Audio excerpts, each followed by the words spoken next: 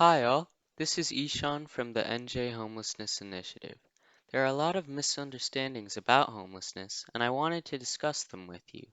Let us hear from some experts in the field who interact closely with people in these difficult situations.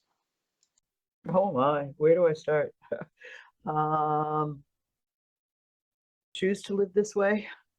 Um, but probably the most difficult one is that all too often homeless people are seen as being people without value, Mhm. people who don't matter, people who have no talents. I think the big one that we see in our sector is that people think it's because of laziness or life choices. I would say, at least relating to our kids, I'd say the greatest misconception is that, like I said, they did something wrong to deserve this, that they're bad kids, that it's their fault. Most homelessness is situational and due to the lack of appropriate support structure available to individuals and families.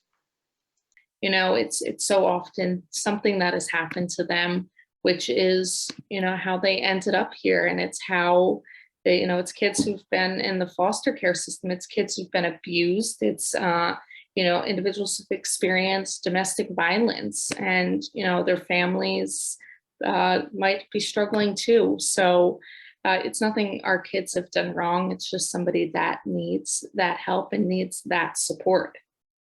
For the most part, I think people are always surprised when they talk to us at length or take the tour or hear from people or the stories of our guests that that there's a lot of situational homelessness, and that there's issues that could happen to any of us that could leave them homeless. There are thankfully a growing awareness in the general public and in New Jersey about the opioid crisis, and a growing awareness about the mental health crisis that our communities face, and that the stigma from that is thankfully, I think, lessening over time.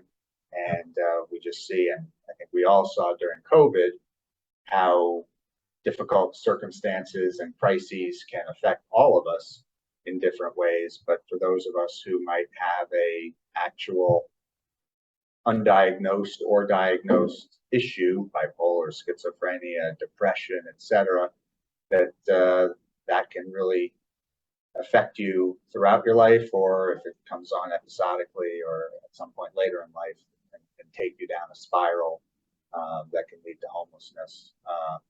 And I think really one of the differentiating factors just between you or I becoming homeless and somebody else is your support network, right? So a lot of people, you might be starting off less advantaged in the first place, or whatnot, but the people without the support networks to catch them when they fall are really the difference between you and I becoming homeless, right?